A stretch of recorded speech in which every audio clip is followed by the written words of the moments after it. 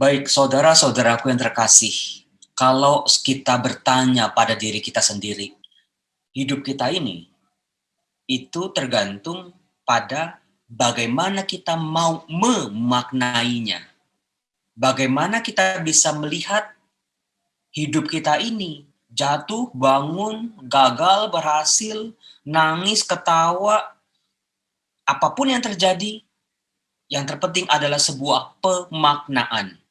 Kabar gembiranya adalah saudara-saudaraku yang terkasih, kalau kita melihat tokoh-tokoh dalam kitab suci, apapun, mulai dari Adam, Hawa, Nuh, sampai nanti Abraham, terus juga Ishak, Yakub, kemudian juga nanti ada Musa, ada Yosua, ada Ruth, ada Naomi, ada Hana, ada Daud, ada Saul, ada Salomo, dan rentetan nama-nama itu.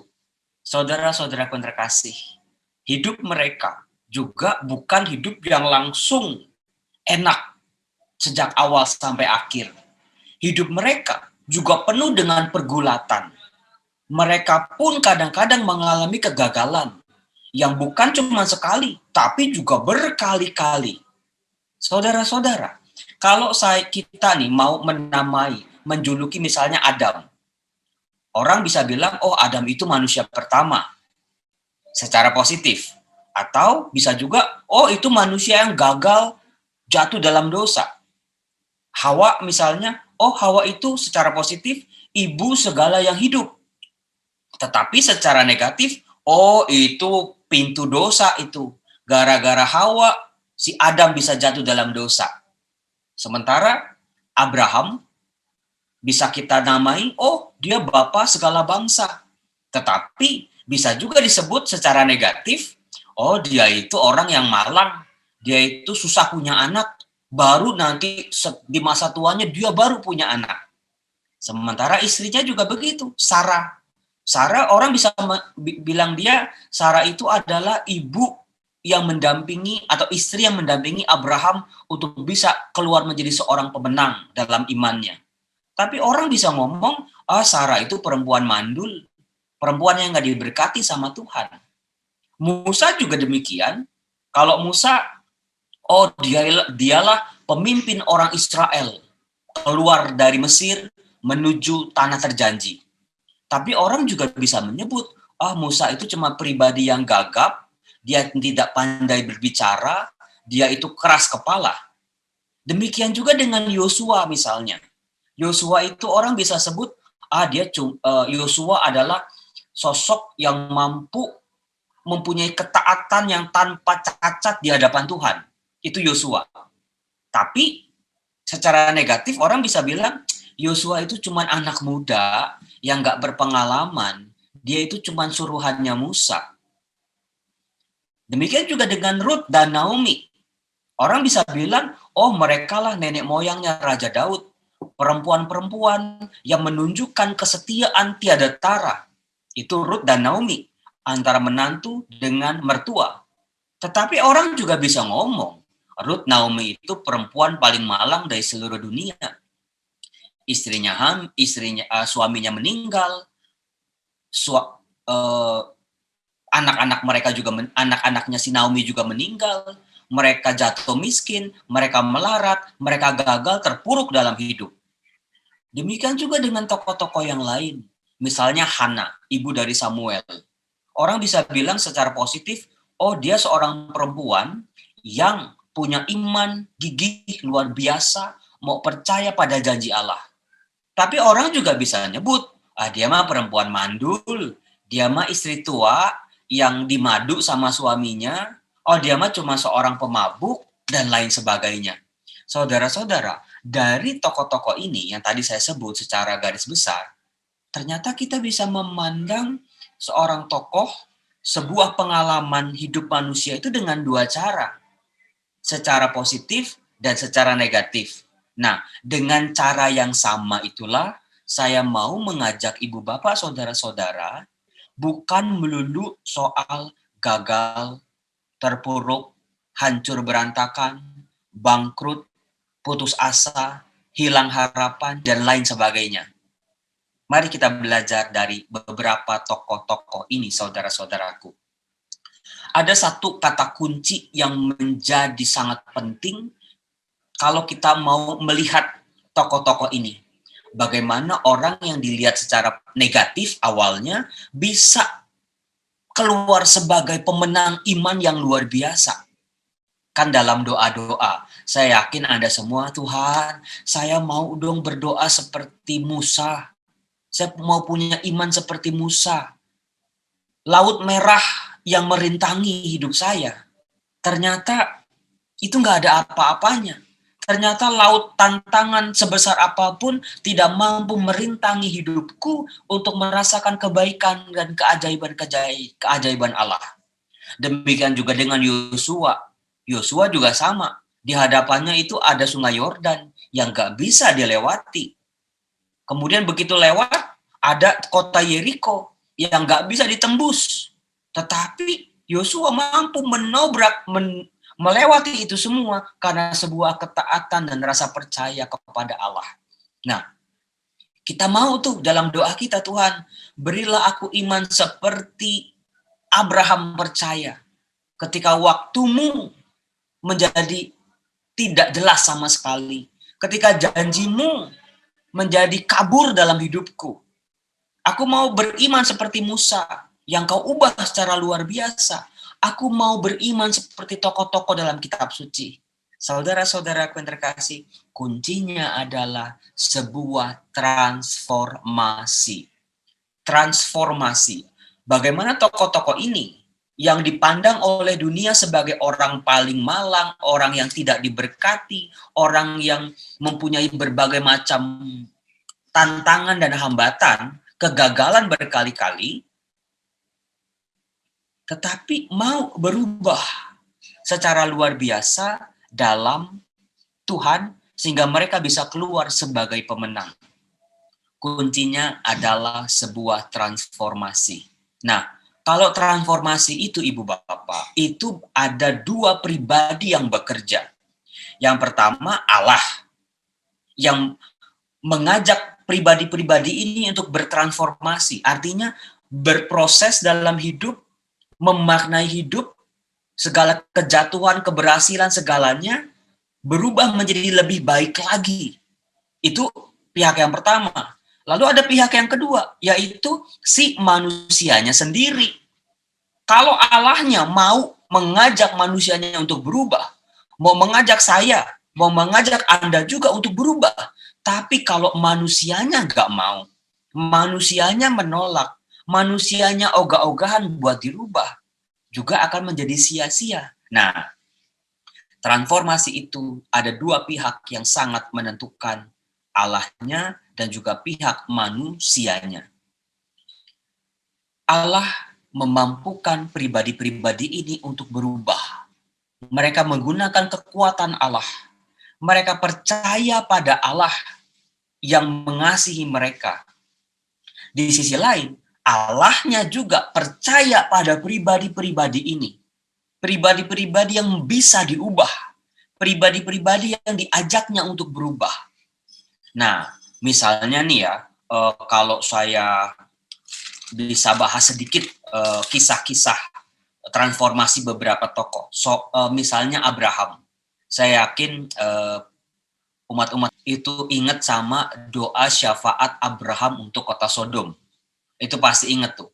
Ketika Allah ngomong sama Abraham, aku punya rencana untuk meluluh lantahkan kota Sodom dan Gomora sebab dosanya sudah terlalu banyak. Lalu Abraham tahu, oh di kota itu ada Lot dengan keluarganya. Lalu mulai tuh, kita lihat kan di Kejadian bab 18, terjadi tawar-menawar. Tuhan, kalau ada 50 orang di dalam kota itu, orang baik, masakah engkau, Allah yang maha baik, Allah yang maha adil, menghancurkan kota itu bersama 50 orang baik itu? Lalu mulai deh tuh tawar-tawaran.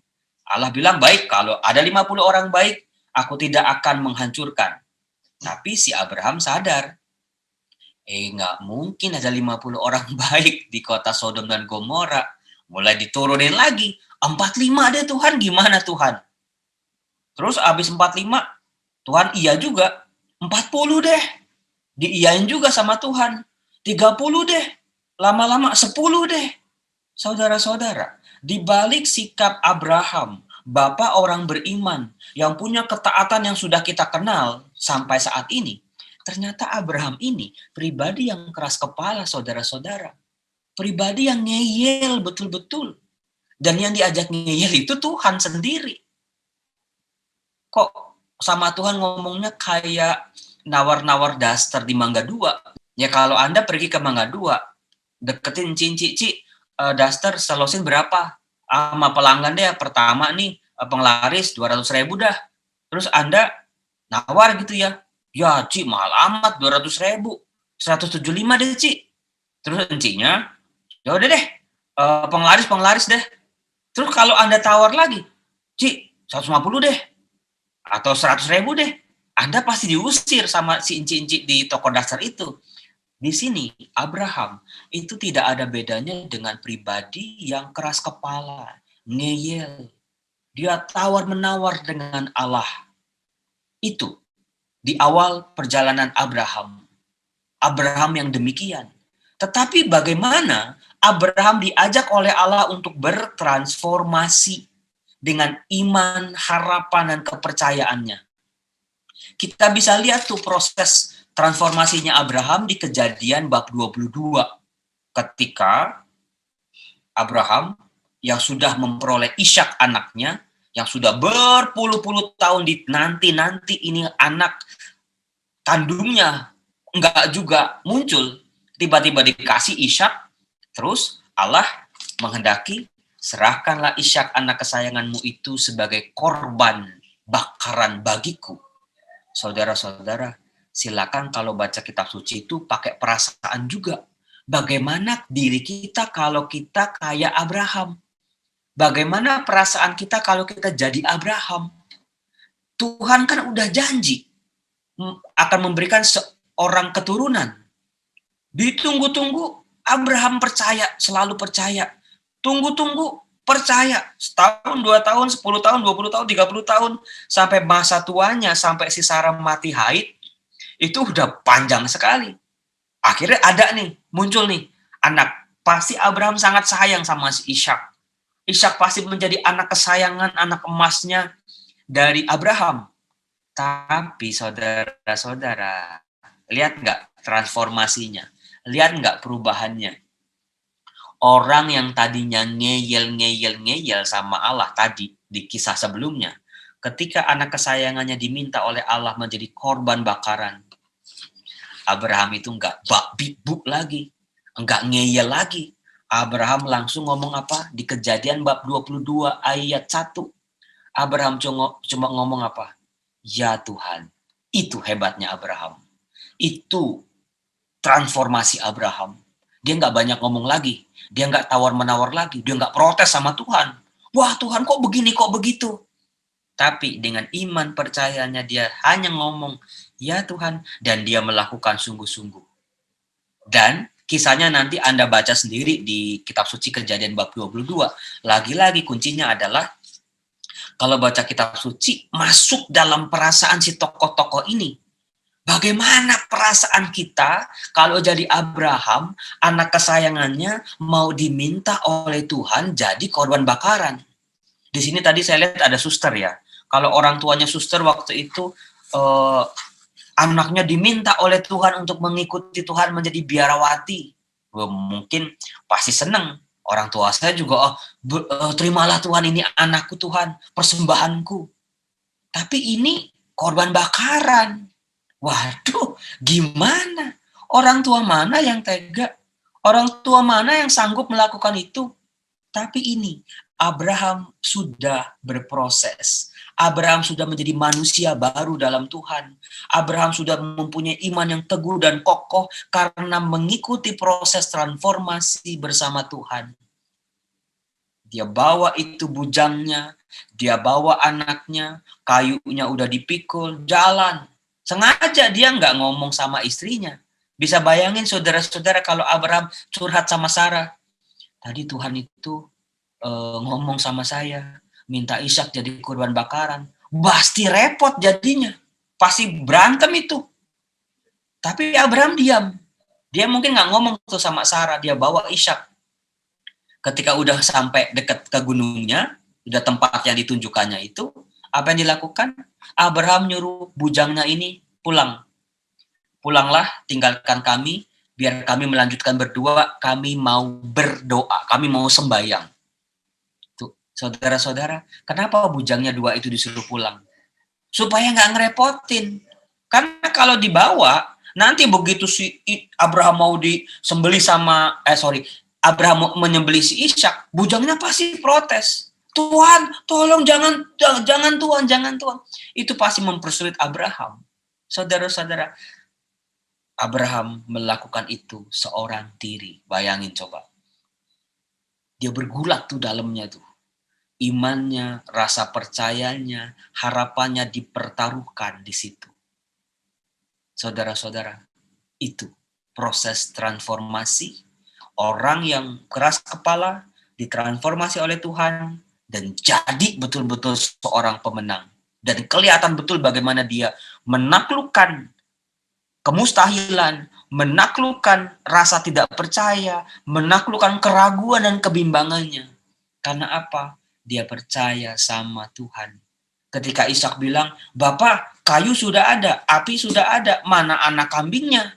Abraham cuma bilang, jangan takut anakku, Tuhan akan menyediakannya untuk kita. Dan betul, apa yang dikatakan Abraham itulah yang dihadapi, itulah yang diberikan Tuhan kepada dia. Itu Abraham, saudara-saudara. Luar biasa. Bagaimana dengan Musa?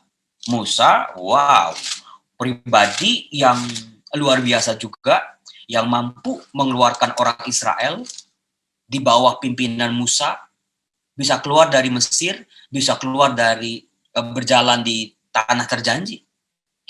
Musa, ada judul filmnya malah Prince of Egypt, the most influential leader in Israel. Sampai sekarang nggak ada pemimpin satupun yang lebih hebat daripada Musa. Saudara-saudara, apakah Musa memang sejak awal sudah begitu? Sudah hebat sejak lahir? Sudah hebat, sudah jadi iman, rasa percayanya sudah jadi? Ternyata enggak. Kalau kita baca kitab Keluaran bab 3 sampai bab 4, panjang itu kisahnya. Anda akan lihat sendiri itu bagaimana nanti seorang Musa pun di awal perjalanannya, di awal perutusannya dari Allah, dia juga galau, dia juga bimbang, dia juga kepala batu, keras kepala luar biasa. Silakan nanti Anda baca dari Keluaran bab 3. Allah menampakkan diri kepada Musa, lalu memberikan sebuah perutusan, tugas-tugas kepada Musa. Kemudian di Keluaran bab 4 ayat 11, Musa setelah Allah ngomong panjang lebar gitu ya, Musa ngomong begini, tetapi Musa berkata kepada Allah, siapakah aku ini? Maka aku akan menghadap Firaun dan membawa orang Israel keluar dari Mesir. Lihat saudara-saudara, ya mungkin kalau di awal ya Musa sangat rendah hati, Musa sangat down to earth, dia merasa tidak layak menerima tugas yang besar itu, misalnya. Di awal kita masih bisa oke lah, wajarlah kayak begitu. Lalu Allah berjanji, bukankah aku akan menyertai engkau? Lihat, Allah mencoba nih mengangkat semangat Musa, mencoba mengajak Musa buat percaya. Tenang Musa, aku akan menyertai engkau, dan lain sebagainya. Begitu Allah memberi sebuah janji, aku akan menyertai engkau. Coba buka nanti di ayat 13. Musa ngomong apa? Musa berkata, tetapi apabila aku mendapatkan orang Israel yang berkata kepada mereka, Allah nenek moyangmu telah mengutus aku kepadamu. Mereka bertanya, siapakah namanya? Bagaimana? Saudara-saudara, dalam konteks Timur Tengah kuno, ribuan tahun yang lalu, orang nanya nama sama orang lain yang kedudukannya lebih tinggi, itu sangat amat kurang ngajar sekali, pakai banget 7 tuh. Itu yang dilakukan oleh Musa. Namamu siapa? Itu sebuah tindakan yang sangat kurang ajar sebetulnya. Tetapi, lihat, Allah nggak marah. Allah bilang, "Aku adalah aku." Lalu firman-Nya, "Beginilah kau katakan kepada orang Israel, akulah aku, telah mengutus aku kepadamu," dan seterusnya. Lalu Allah memberikan sebuah janji-janji lagi, semangat lagi, keyakinan lagi kepada Musa, panjang sekali itu dari ayat 15 sampai ayat 22.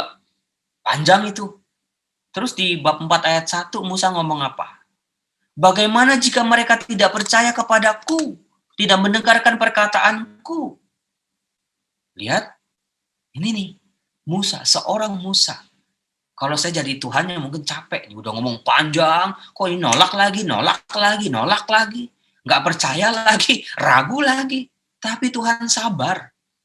Tuhan minta, yang pertama itu, apa yang ada di tanganmu? Tongkat, lemparkan ke tanah. Terjadilah jadi ular. Tangkap ekornya, jadi tongkat lagi. Orang kan, orang normal ya, tongkat jadi ular kan harusnya percaya dong. Ini udah bukti nyata Tuhan itu ajaib. Tapi apakah Musa langsung percaya? Kagak. Masih penasaran lagi. Tuhan bilang, "Masukkanlah tanganmu ke dalam bajumu." Dimasukin. "Keluarkan." Dikeluarin jadi kusta. Waduh, masukin lagi. Sembuh. Saudara-saudara, lagi-lagi kalau orang normal, lihat begitu mah percaya langsung. Tapi apa yang terjadi? Setelah Allah mencoba meyakinkan Musa dengan ayat-ayat itu ya, ayat 6 sampai ayat 9. Di ayat 10 tiba-tiba Musa ngomong apa? "Ah Tuhan, aku ini tidak pandai bicara. Dahulu tidak, sekarang pun tidak. Aku ini seorang yang berat mulut dan berat lidah." Lihat, udah mulai main fisik nih. Aku nggak bisa ngomong. Aku tuh gagap. Aku tuh nggak pintar ngomong di depan umum. Tuhan kasih janji. "Siapakah yang membuat lidah manusia? Siapakah yang membuat orang bisu atau tuli? Membuat orang melihat atau buta? Bukankah aku? Ya ini Tuhan." Tuhan tuh mau meyakinkan, "Musa, aku yang menciptakan mulut. Jangan takut, aku akan menyertai engkau, akan membuat engkau bisa ngomong. Lancar di hadapan orang banyak." Udah kayak begitu tuh Tuhannya. Di ayat 13 coba. Tetapi Musa berkata, "Ah Tuhan, utuslah kiranya siapa saja yang patut kau utus." Itu tuh kalau saya jadi Tuhannya, saya udah gila, saya udah ulek itu Musanya itu. Udah diyakini, diajak percaya, diberi tanda-tanda. Ujung-ujungnya apa? "Tuhan, utus siapa aja deh Tuhan, jangan saya." Lalu kalau Anda baca di ayat 14, maka bangkitlah murka Tuhan terhadap Musa. Benar kan? Lihat Musa di awal perutusannya sampai membangkitkan amarahnya Tuhan. Susah buat percaya, susah buat diyakinkan. Tapi apa yang terjadi saudara-saudara kalau Anda membaca di bab yang sama, Keluaran bab 4 ayat 29. "Lalu pergilah Musa beserta Harun dan mereka mengumpulkan semua tua-tua Israel. Harun mengucapkan segala firman yang telah diucapkan Tuhan kepada Musa, serta membuat di depannya bangsa itu tanda-tanda mukjizat itu." Lihat, Musa dan Harun akhirnya pergi juga ke orang-orang Israel. Mereka ngomong bahwa Allah nenek moyang kita akan membebaskan orang Israel keluar dari Mesir. Lalu apa yang terjadi? Di ayat 31, bagus banget. "Lalu percayalah bangsa itu, dan ketika mereka mendengar bahwa Tuhan telah mengindahkan orang Israel dan telah melihat kesengsaraan mereka, maka berlututlah mereka dan sujud menyembah." Jeder. Lihat, si Musanya susah banget diyakinkan, susah banget diajak percaya, susah banget disemangati. Sampai akhirnya Tuhan marah. Tapi giliran orang Israel, begitu Musa sama Harun datang, ngomong, kasih mukjizat, mereka langsung percaya, berlutut dan menyembah. Saudara-saudara, kalau kita lihat dalam perjalanan orang Israel di padang gurun, akan terjadi sebuah kebalikannya. Si orang Israel yang awal langsung percaya, di padang gurun nanti dikit-dikit ngeluh, dikit-dikit ngeluh, dikit-dikit protes, dikit-dikit nggak happy. Tetapi Musa, apa yang terjadi? Orang yang tadinya sulit buat percaya, bimbang dan ragu, ketika di padang gurun Musa berubah menjadi pribadi yang baru, pribadi yang luar biasa, yang bisa mengangkat orang Israel terus sampai ke tanah terjanji. Saudara-saudaraku yang terkasih, hidup Abraham, hidup Musa, pasti bukanlah hidup yang mudah. Banyak tantangan, banyak rintangan, kesulitan demi kesulitan mereka hadapi. Tetapi ternyata kita bisa melihat transformasi dalam hidup mereka. Mereka setia pada tuntunan Tuhan. Mereka tidak berhenti pada keadaan mereka yang serba terbatas, tapi mereka mau percaya pada proses-proses transformasi dari Tuhan, dan pada akhirnya mereka dididik oleh Allah menjadi pribadi-pribadi yang luar biasa. Saudara-saudara yang terkasih, Abraham, Musa, bahkan Daud, dan tokoh-tokoh dalam kitab suci, itu justru dalam situasi-situasi berat hidup mereka, mereka mengalami transformasi. Mereka tidak stuck dengan keadaan mereka yang serba terbatas, serba kekurangan. Tapi dalam kesulitan hidup, mereka ikut arus Tuhan. Ikutin kemana aja, jalanin satu persatu bersama Tuhan. Dan kita bisa melihat mereka keluar sebagai pemenang. Di sini kita langsung bisa melihat, saudara-saudaraku yang terkasih, penderitaan bisa membuat orang imannya jadi lemah, imannya jadi layu, bahkan hilang, tak berbekas. Dengan mudah orang pindah agama, dengan mudah orang menjadi ateis, hanya karena kesulitan-kesulitan, kekecewaan-kekecewaan yang mereka hadapi dalam hidup. Tapi dari tokoh-tokoh Alkitab kita bisa belajar bahwa justru kesulitan mereka, hambatan mereka, tantangan yang mereka hadapi yang bertubi-tubi, masalah mereka tuh nggak kecil tapi segede gunung. Tapi mereka percaya iman mereka pada Allah yang jauh lebih besar daripada masalah-masalah mereka.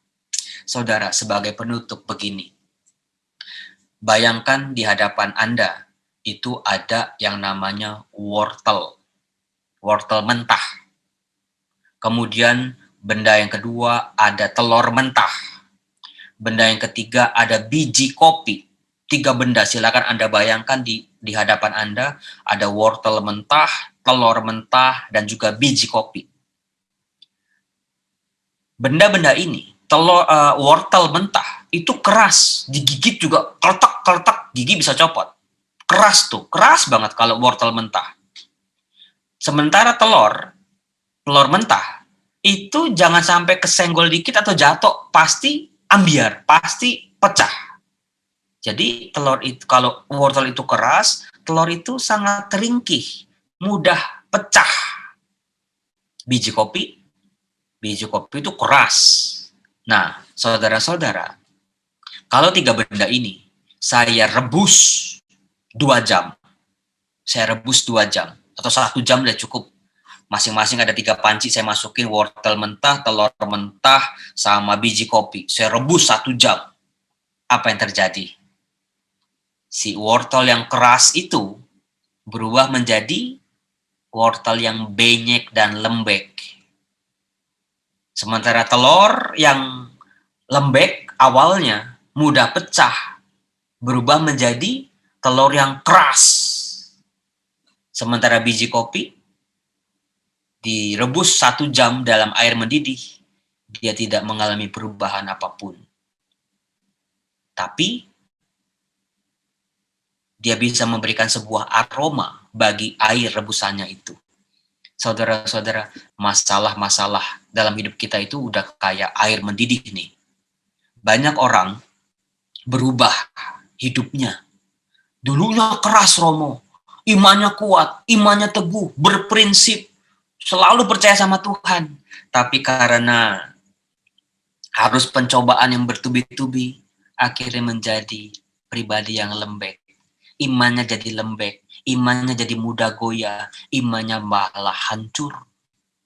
Tapi ada juga orang yang dulu lemah lembut Romo, omongannya itu santun, dia itu perilakunya halus, dia itu baik hati, suka menolong. Wah, pokoknya hatinya halus deh Romo. baik pokoknya. Tapi karena pencobaan-pencobaan yang tidak ada kunjung habis-habisnya, dia berubah menjadi pribadi yang dingin, pribadi yang kaku, pribadi yang keras, nggak bisa dibilangin lagi. Hatinya jadi keras dan membatu. Apakah Anda mau seperti itu, saudara-saudaraku yang terkasih? Pasti tidak mau, bukan? Belajarlah dari si biji kopi. Tidak, secara pribadi dia tidak berubah sama sekali. Biji kopi tetap biji kopi, dia tidak berubah, tetapi dia bisa memberi warna, bisa memberi rasa kepada situasi orang-orang di sekitarnya. Itulah kuasa Tuhan. Itulah bagaimana cara Tuhan bekerja dalam diri kita. Dalam diri saya, dalam diri masing-masing dari Anda, bagi diri kita semua. Kita nggak berubah jadi lebih baik sedikit pun. Kita nggak semakin mengenal Tuhan, semakin mengenal firman Tuhan. Kita seolah-olah stuck hidup kita. Pasti bukan itu yang diharapkan oleh Tuhan. Dalam situasi berat, tangkaplah bagaimana cara-cara kebaikan Tuhan menemani, mendampingi, menjadikan hidup kita jadi lebih baik lagi. Itu dari saya, saudara-saudara terkasih. Semoga renungan ini bisa berguna bagi kita semua untuk membantu diri kita. Tuhan, aku belajar apa? Aku lebih baik dalam hal apa? Aku menjadi pribadi yang lebih berkualitas. Apakah imanku juga berkualitas? Sebagai imam, sebagai istri, suami, sebagai pengurus di sebuah organisasi, sebagai pribadi, apakah aku menjadi pribadi yang lebih berkualitas? Itu saja saudara-saudara yang terkasih. Shalom dari saya. Oke, sip. Tuhan berkati semuanya.